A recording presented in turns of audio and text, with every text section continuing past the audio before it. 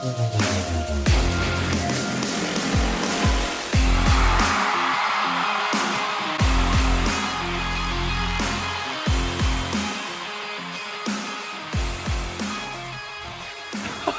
my goodness, what a win. What a spectacular win for the Indianapolis Colts. What a much needed win for the Indianapolis Colts against the Jets at MetLife Stadium. And for those of you who don't know, I'm from New York, so I found my way there. And just on a side note, there were a whole bunch of people dressed up as empty seats in that crowd. I mean, you think being a Colts fan is bad? Try being a Jets fan for a day. I mean, the energy in MetLife Stadium, the negative energy, the sadness was like a very, very tangible thing that you don't really technically realize on television. But when you're there, like if you believe in that type of thing, the energy of stuff, I mean, that has to leak out into what we're seeing on the field. Because the Jets, I mean, whatever, it's a whole nother story, right? We're Colts fans. Listen, that win from the Indianapolis Colts was not perfect, okay? It doesn't have to be. That's part of the beauty of a win like that. That right there is a football game that has everything that a football game is supposed to have. The momentum swings. It starts here on the Colts side, goes to the Jet side, swings back and forth. I mean, the NFL is a hard game, right? Football is very, very hard. Winning is not easy in this league. And if you're going to win games, you're going to have to win some like that. I don't care if it's against the Jets. I don't care who it's against. It's any given Sunday. The margin for error is very, very small. And again, that win right there is just, I mean, a perfect win at the perfect moment, at the perfect time for the Indianapolis Colts. What a week. Really, what a Monday morning it is to be an Indianapolis Colts fan. And let's just be very, very clear right here, okay? The resilience of Anthony Richardson is really, really something to marvel at after a game like that. And we could talk about the decision to bench him and all that type of stuff. We could put it aside. We'll be revisiting that tomorrow morning. But the resilience after all that he went through, right? Not just in the past 2 weeks, okay? But in the game alone. I mean, you know, you think he didn't hear all that noise? This is a guy that's a young guy, even younger than me, and some of you consider me young. I'm 27 going on 28 years old. Anthony Richardson is significantly younger than me, all things considered. You think he didn't hear that noise? You didn't think he didn't see the internet? The guy has a podcast, okay? He saw everything that everyone was saying. He saw everything in the media. And for him to come out and have the best game of his career, you talk about character, high character, maturity aside, a high character individual, right? 22 years old. He showed us everything we need to know about who he is. It shows us that the Colts, when they talk about who he is as a person, right there, the proof is in the pudding. They're not lying about that. Now, I don't want to make this like it's something it's not. We don't, the NFL, right? This is a marathon, not a sprint. We can't speak in absolutes from week to week to week to week. If not, we'll be flip-flopping all season like many of you choose to do. But I will say this. That was awesome. I mean, Anthony Richardson, most importantly, mistakes were made. He threw the ball, right? Which is what we're concerned about. He threw the football at a high level in this game. And being there live, I'll tell you, it's kind of I mean, you guys, most of you have been to a live game, I'm sure. It's like a different thing. I dare say that you almost get a better view of it. Well, I wouldn't say a better view. But, you know, on the TV, you have the clock and the time. Everything's much more clear, right? You're kind of just watching like a practice. It's just a different feel in person. So you can't tell who's making every tackle in real time. It's just kind of like a different thing without the commentary. Point being, Anthony Richardson showed, and he has shown us now, I think there's enough proof, even when he doesn't play his best game, which this day he did, at least the best game we could get from him right now.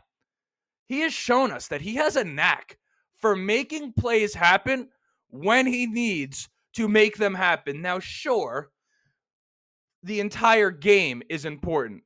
The first drive, the second drive, all the way to the last drive. Every aspect of the game is important, but there's the game within the game, and there's moments within the game that are more important than others, right? And he tends to respond well to those moments. You think back to the Rams game in his rookie year. You think back to sometimes against the Texans, kind of some of the stuff he's been able to do. That's just off the top of my head. This game right here, another example, but there's been other moments as well. Anthony Richardson, resilience is the word that I think of to describe him, and really just a stunning performance from him in the Indianapolis Colts.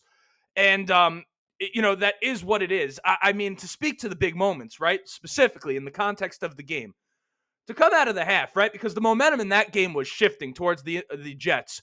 And when you get sacked, fumble, and then the Jets score, and you go from up 13-0 to down 14-13, the drive after that one, I mean, that is the perfect drive at the perfect moment. That's the game within the game. I mean, to come up with that drive, momentum is a very real thing. And to be able to come in that moment and do that, it is just huge. And then, of course, the game-winning drive in of itself, right? A sign that a team, everyone talking about this team quitting, everyone talking about them quitting on Shane Steichen and how they've given up on him and he's lost the locker room.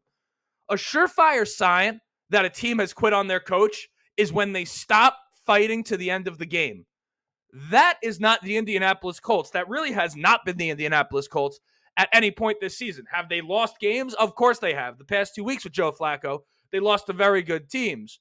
But the Colts have not given up on their coach, and I'm talking about the locker room, okay? And the proof was in the performance that you just saw. Now, there's some things to talk about that are not Anthony Richardson related that this team needs to fix. There are some things that are not Anthony Richardson related that I was happy to see in this game. We're going to talk about all those things, but I mean, let's just rejoice on a day like today and just enjoy a week of just no pain, right? No pain this week for the Indianapolis Colts yet, right? Before we get into it, you know what it is? My name is Justin. This right here is the Ride on the Bench Colts podcast. As always, ask anyone watching on YouTube and enjoying the show, go ahead, shoot it a like. It's going to help me get out to as many Colts fans as humanly possible. Of course, audio listeners, leave a 5-star review. Let people know how much you enjoy the show. Subscribe if you want to be a part of the journey. We're trying to get to 3,000 subscribers, a huge milestone really over here, all things considered. We started from absolutely nothing, as everyone does, of course. But, the growth here, the engagement from you guys has been very, very cool to see. If you're one of the people that keeps coming back to the show and enjoys it, maybe today's the day you click subscribe. Again, 3,000 by the end of the season is the goal. I think we could even blast through that goal. But let's just start there and not get ahead of ourselves. Ultimately, I'm not in control of the subscriptions. They just kind of happen, right? But it is free to subscribe, of course. This isn't an OnlyFans, and none of you would want to see my OnlyFans anyway. But let's get back to the game before I give you weird visuals that you don't want to see. Let's talk about the visuals that we do want to see, and that's the good from the Indianapolis Colts in this game. I want to start with Jalen Jones, okay, because are we ready to admit, all of you guys that shit on him all offseason, I tried to tell you, if you're watching the games, this boy can play. Okay, and he's tough, and he has the mentality of a seventh rounder. He's gritty, and not for anything. Seventh rounder, yes. Texas A&M, no scrub schools. He was tested, doing what he did. I don't care if it's the Jets' offense. I don't. He's matched up on either Garrett Wilson or Devontae Adams all day long. Okay, and what a day! I mean, that's not an easy day on the job. And Jalen Jones stepped up to the challenge. As did Samuel Womack, okay? He was good, but Jalen Jones is a guy that, listen, you got to be very, very pleased with what you're seeing out of him. That's not to say the Colts couldn't have used another corner in the offseason. It's not my point, but if we're to look at this thing half full, Jalen Jones has had an opportunity as a growing player to verse the other team's best receiver week after week after week after week, and it's starting to pay dividends. I have been seeing the promise since last year. But, I mean, he has been a very, very good player for the Indianapolis Colts, both as a physical tackler and really in coverage for the most part. Jalen Jones continues to do what I've been seeing him do since last year, and he continues to get better and better. I hope some of you guys get onto the right side of this thing before it's too late, because Jalen Jones is going to be a good football player for a very, very long time in this league. Shane Steichen called a great, great game for the Indianapolis Colts in this one. Now, people will always complain about something. It's just the nature of being a fan. It goes from Joe Flacco, then to Shane Steichen. Like, no matter what's going on, there's like a hierarchy. There's a chain of commands, right? In terms of people's complaints, and when you knock one out of the way, they're going to move on to the next. And when you knock that one out of the way, they're going to move on to the next. It's just how it goes. Does it drive me crazy? Absolutely. Now, of course, he was not perfect as a play caller in this game. How can you possibly be? But we'll talk about that on the negatives, because there are some things that need to be fixed. Shane Steichen here did a lot. I mean, even on the first drive, right? Anthony Richardson, before obviously throwing the ball incredible for the rest of the day, Shane Steichen schemed up a real easy one for him on the first drive off of like a little play action rollout to, I believe it was Mo Ali Cox, and he just missed that throw, okay? And then there was another play in the beginning of the game where he called a sweep. It might have been the first play of the game, and they had the numbers. And, excuse me, because obviously I was watching in person, not on the screen. I don't have the luxury of the replay and the commentating team helping me out, okay? But they had the numbers on that sweep to start that game. Great play call, in my opinion. And it was either Michael Pittman or whoever the lineman was that was going over there. You guys can tell me who it is. They missed the assignment. I think it was Michael Pittman, if I'm not mistaken. They just flat out went right past the guy who ended up smacking Anthony Richardson. Now, the bad, speak of that. I mean, listen, if we could count it as bad, I mean, he came out healthy. It's tough as a fan to watch Anthony Richardson take that many hits. I did forget one thing of good. I forgot two things of good. So let me not get ahead of myself on the negative. Ashton Dulin, great job returning kicks. Really nice to see him kind of coming back into form in that role. Since getting a torn Achilles, a torn ACL, was it both? I don't know what the heck happened to him specifically. It was one of those two things. For him to come back, he's returning kicks at a high level right now, particularly in that game. You love to see that. The receiving core across the board, spare me Michael Pittman, who has not been right all year, even though I thought he kind of made, some catches when he had to. But from Pierce to Downs to A.D. Mitchell, right, getting open on Sauce Gardner across the field. And really, I thought had a chance at a touchdown right there. Your angle on TV was probably better. But I thought he had a chance at the touchdown regardless. A.D. Mitchell, past couple of weeks, really starting to come into his own. Again, patience required. What did I say towards the beginning of the show? You cannot just week to week to week speak in absolutes. You're going to look stupid at some point. You have to have some perspective as to kind of the bigger picture here. A.D. Mitchell starting to get better and better, and I think it's only a matter of time before he really is an impressive receiver for this team. Right now, the receiving core across the board, as a Colts fan, you got to be pretty happy with what they have right now, okay? Now back to the bad. I talked about Anthony Richardson getting hit, but overall, the running game, as per usual, this is a situation, and I don't mean to condescend anyone, but I'm going to, I guess, condescend you. Many fans prove that they have no idea what it is that they're looking at, okay? The Colts' inefficiency in the running game was not at all, well, I won't want to say not at all. It wasn't just about Anthony Richardson not being on the field, okay? That was just a convenient point that people were making when calling for him to be the starter in a fit of rage, which in fairness, I'm not saying wasn't justified, okay? But all I'm saying is that it was easy to say that while he wasn't in. What do you say now? 24 carries, 57 yards for Jonathan Taylor, okay? You can say it's Shane Steichen. You can't say it's Shane Steichen not committing to the run. You can't say it was because Joe Flacco doesn't provide a threat of running, okay? What you can say in this game is that it's because you were missing some guys on the offensive line, and Bernard Raymond and Ryan Kelly, okay? And if you want to say that, great. But we also can't ignore the fact that this running game has been inconsistent overall. That's got to get fixed for the Indianapolis Colts, okay? And I don't know how that gets done, okay? I don't know enough about the game of football to tell you how that gets done. Is it scheme? Is it the situations that we're running it in? Is it the fronts we're running against? Is it the physicality up front? Or again, is it just the missing players on the offensive line? I don't know, but it's something that has to get fixed because it really has a trickle effect into the second problem that continues to plague this offense, although they did a decent job given the circumstances in this one. These third and unmanageable situations for the Indianapolis Colts, you cannot keep playing a game from 3rd and 7, 3rd and 8, 3rd and 10, 3rd and 13, and expect to win. You're not going to get heroics like that every single game, okay? That's just not how that works, okay? Only the Jets themselves can find a way to lose that game. Let me not discredit the Colts. No. Anthony Richardson, clearly the better AR in that game, okay? You had Richardson and Rodgers, okay? Anthony Richardson, the better AR. That's what we saw yesterday, but the third and unmanageables have been a problem, and we could blame Steichen for that. Sure, we always want to blame someone, okay?